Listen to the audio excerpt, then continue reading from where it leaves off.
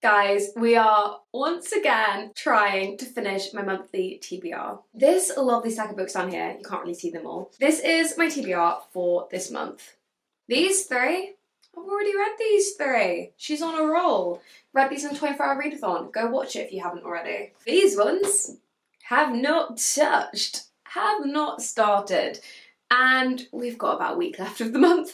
But hear me out, 3 books, 2 plays. We could 100% do that. We have 5 books and about 7 days to get through them. And I feel like that's doable. I so want to finish a monthly TBR. We came so close last month. I have a sort of ish busy week this week, but I just think we might be able to do it. So quickly I will talk you through the TBR. We have The Chalkman by C.J Tudor, which I think is a horror. And I don't like horror books, but I'm kind of weirdly in the mood for this. Even though I'm probably going to be traumatised, I'm like weirdly in the mood for it. Then we have probably my favourite title of all time, Everyone You Hate Is Going to Die and Other Comforting Thoughts by Daniel Sloss. He is a comedian and this is his book. I don't think it's a particularly recent book, 2021. But yeah, I'm excited to get to that, and will probably be a nice change of pace to the horror. Then Carrie Soto is Back by Jenkins Reid. Again, I'm really in the mood for this because I just read Malibu Rising, and Malibu Rising, even though it came out quite a few years before this, it talks about this character and it just really put me in the mood to get to this, so I'm excited. And then our 2 plays, we have Love from a Stranger and The Complete Works of Sarah Kane. I'm just going to pick one of them. I think during the TBR video I picked 448 Psychosis because I've already read quite a few of these. Those are the 2 plays we're going to read this video / month as well. But for today I have no plans until I have to go to work this evening. So it's so rogue that I want to read a horror book, but I really actually do. Like, I can't even explain to you guys, like, I'm terrified of everything. I don't like scary things. I don't watch horror films, like, I can't do it. But I'm just weirdly in the mood for this, I don't know. I don't really know anything about this other than it says, none of us agreed on the exact beginning. Was it when we started drawing the chalk figures or when they started to appear on their own? So I'm guessing it's some sort of like supernatural horror. I don't know, it's probably going to be like terrifying and I'm going to hate it, but I'm just really in the mood for it. So yeah, I'm going to start this now and come along for the week and try and finish my TBR with me for the first time ever. Guys, I'm scared. I'm actually such a child. I can't handle anything scary.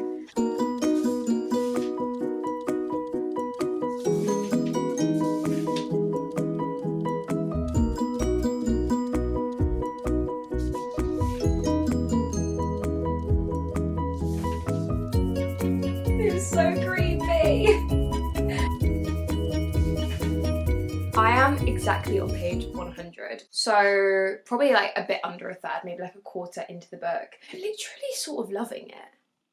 Like, it's actually really creeping me out, but I'm like loving a horror book.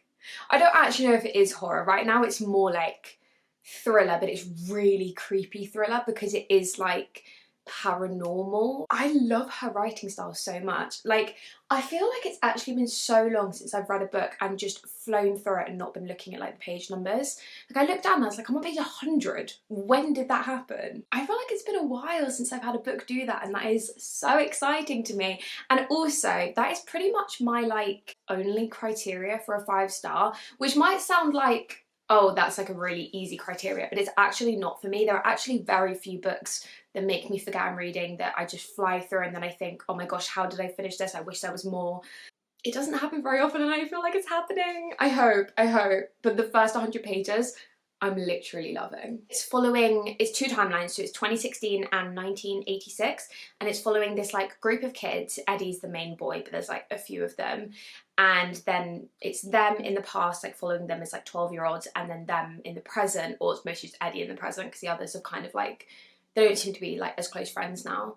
And I think they're like 40 something. I'm literally so intrigued. Like, all I want to do is sit and read, and that's so fun. I feel like, yeah, it's been a while since I've had a book where I'm like, all I want to do is read. A horror book did it, are you kidding? Maybe I'm a horror girl now. No, let's not go that far. I still find Finding Nemo scary. My bar is still very low for creepy. And this is creepy, like, I will not be reading this at night. Like, in broad daylight, I'm like barely managing. Like, anyway, I'm gonna keep going. Guys, I broke my rule last night and I was reading this in bed last night, and I'm not even joking you, I had the worst nightmares last night. Like, I got like really freaked out reading before bed. I made it to like basically halfway, maybe just under, and I only stopped, I was really enjoying it, but I only stopped because it was genuinely creeping me out.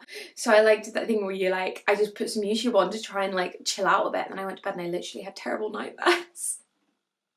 This book is so creepy. I'm doing it. I'm reading a scary book. I'm so proud of myself. So yeah, it is the next day. I'm actually hopefully going to go watch Taskmaster being screened today. It's a bit of a like, the system is basically they oversell the tickets. I mean, the tickets are free. They over assign the tickets in case people don't show up. So you have to get there early and kind of like hope you'll get in. So I really hope I get in because it is literally my favourite show. We're going to go do that, but because we're going to get there so early, hopefully we can have some reading time. Honestly, I'm so excited to just sit and read this book because this was honestly such a good start to this video because I literally am loving this book. Anyway, I need to go because I'm going to Taskmaster, but we'll update you when we're a bit further. Guys, we got into Taskmaster. It was so fun. We went yesterday. We were there for like, we arrived really early because you like obviously don't know if you're going to get in. And then obviously queued for a while, went in, had literally the best time. The cast, you're not meant to say, like you're not allowed to say, but they're so fun. I'm so excited. Obviously, like, you don't know what episode you're getting. I think we got episode 5, so like halfway through the season, but I am literally so excited to see the rest of it. I didn't, however, get very much reading done, because just like how the whole queuing system works, like, I don't know, it's boring to explain, but basically didn't get very much reading done. But I came home and read a bunch. So I'm currently on page 256. So I have, I don't know, maybe like 80 pages left, 70 pages left. But my plan is to hopefully finish this today. I'm still really, really enjoying it. I'm not going to talk about it too much more now because I feel like I've spoken quite a lot about it. But probably the next time I see you, probably I will have finished the book, hopefully. Where even is my copy? I was just holding it. I was literally just holding this book. Oh, it's here. I finished the book. This ended up taking me actually so much longer than I was expecting. I have literally had the busiest week ever. The last time I spoke to you was like 3 days ago. I finished this on the train last night at like midnight. I can't remember when I last updated you, but I think I was like halfway-ish. The last half of this book was definitely less scary than the first half. Like, I feel like maybe I had just grown up a bit, like I'd got to grips with it. But the first half was like almost like supernatural, like scary. And then the second half was more like unraveling, like mystery vibes. The writing style, I just loved it. And I believe, have I made this up? This is her debut. I'm sure I heard somebody say that. The point being is I really like her writing style, and I know my mum owns The Drift by her, so I'm excited to pick that up next. But I feel like we've been reading this book for quite a long time, and as I only have a few more days like until this video needs to go up, we kind of need to crack on. So, done with the Chalk Man, and obviously this is what we still have left to read for this video. I'm thinking I'm going to do one of the plays now just so I can feel a bit more accomplished, because that book ended up taking me quite a long time to read. So maybe we'll do 448 Psychosis. Although this is going to be really dark and sad, but I just think it's short and will be an easy one to kind of read. It starts on page 205 and it goes to page 245. Easy. So it's 40 pages. I can read that in an hour. So I think I'm going to start this afternoon. Good morning, everybody.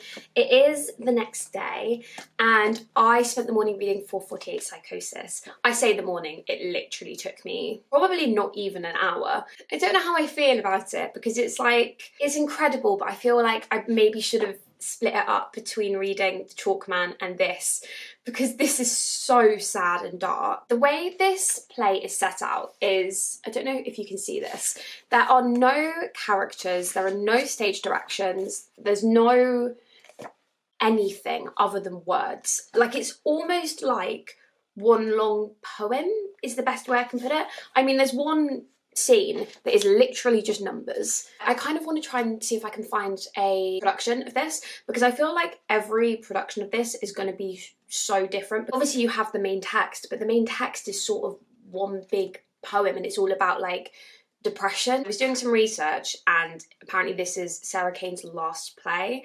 the one she wrote before she died. I mean, it's heartbreaking. I would look up the trigger warnings before you read this. I mean, Sarah Kane is the queen of writing like really, really dark plays, and she definitely has done it again, and I did really, really love it. But it is also just like, it's not one that's gonna like put you in a good mood, let's just say that.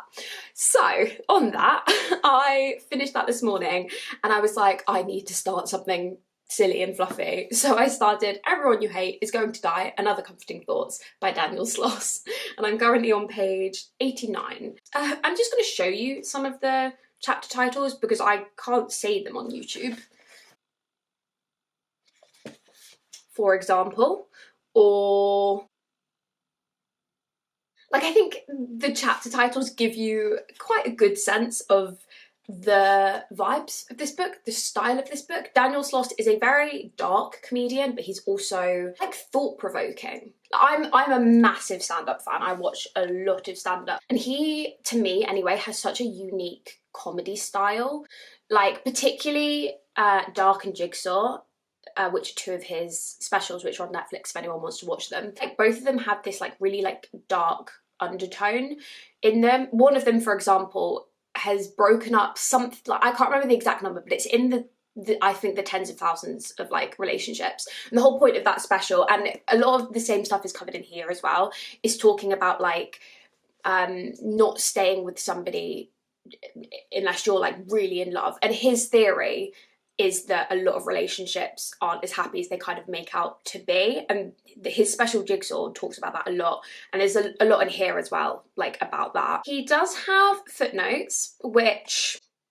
I think we all know my thoughts on footnotes. Maybe we don't, maybe I've never discussed it. I hate footnotes in books.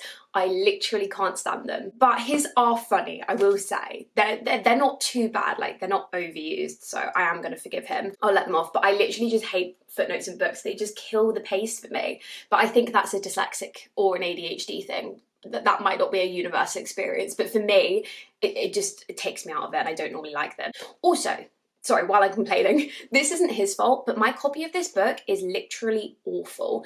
For one thing, it was missing like 5 pages.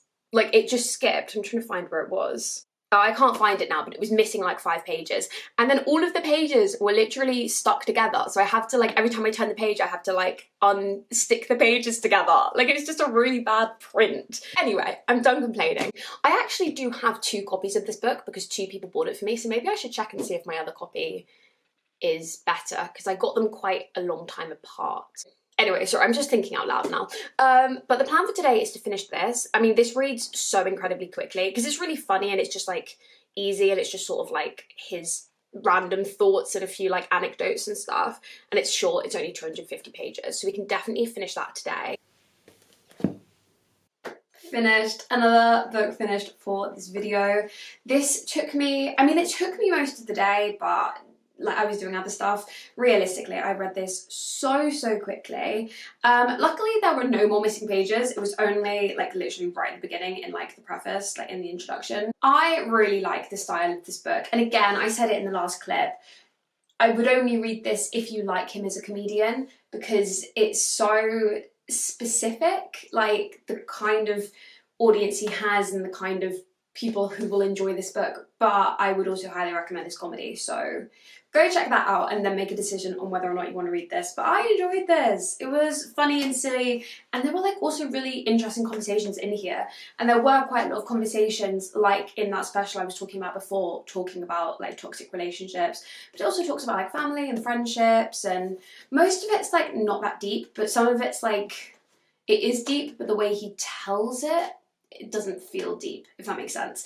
It's not like a memoir, it's like, I don't want to say self-help. It is not a self-help book, even remotely, but it's more like just kind of anecdotes about life in general, and like talking about a few bits. It talks a bit about like toxic masculinity and like a few things like that, but it's also humour, like it's a comedy book. I don't really know what else to say on it because I feel like most people watching this aren't going to be interested in it. But if you like him, I would recommend. And if you haven't checked out his comedy, I would really check it out because he is great. Anyway, that is another one done. Now, We literally only have these left for the TBR. I'm heading to work now, so I might take this with me and see if I can get any of it read. It is 118 pages. We'll see. Anyway, the plan is go to work, bring this with me, and I'll update you at some point. Guys, I have been a terrible booktuber. I have been so bad at updating you. I finished Love from a Stranger. I don't think I did any updates. Like literally not one.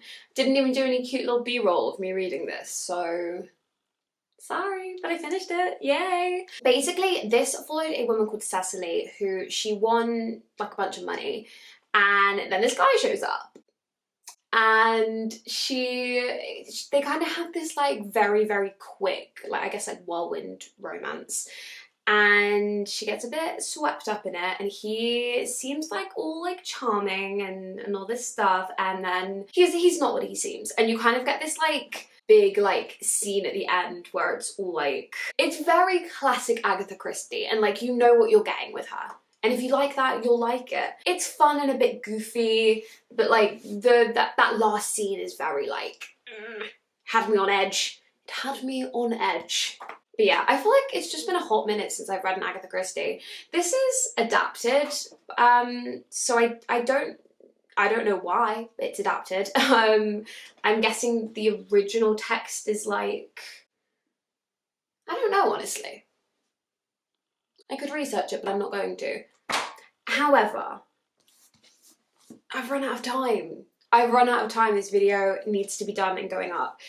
So we're not going to read Carrie Soto in this video, which I'm bummed about. I don't even know why I left it till last, because I literally really wanted to read it. I just read Malibu Rising, I might have said earlier, and I was like so in the mood to read Carrie Soto, and then I just didn't. But it is what it is. I've got a couple of days till the end of the month, so there's a chance I'll still finish my TBR. I'm not feeling very hopeful because I'm literally working such long days at the moment. But we'll see, we'll try. However, 7 out of 8 of my TBR so far. That is good going, at least it is for me. So obviously these 3 we had already read in a 24-hour readathon, and then these 4 we read in this video. So The Chalk Man by C.J. Tudor, 448 Psychosis by Sarah Kane, Everyone You Hate Is Going to Die and Other Comforting Thoughts by Daniel Sloss, and Love from a Stranger by Agatha Christie, adapted by Frank Vosper. All done in this video, all off the TBR. I'm pretty darn happy with that, you know. Me and monthly TBRs, I feel like we have an ongoing beef, but we're getting better. The last 2 or 3 months, I have come so close to finishing my TBR. Unfortunately, because I spent so long reading The Chalk Man at the start, we have run out of time, but there you go. Anyway, thank you very, very much for watching. Let me know if you like these videos, because I'm, for some reason, just really enjoying doing them. I think I've done them the last couple months, just trying to actually finish my TBR.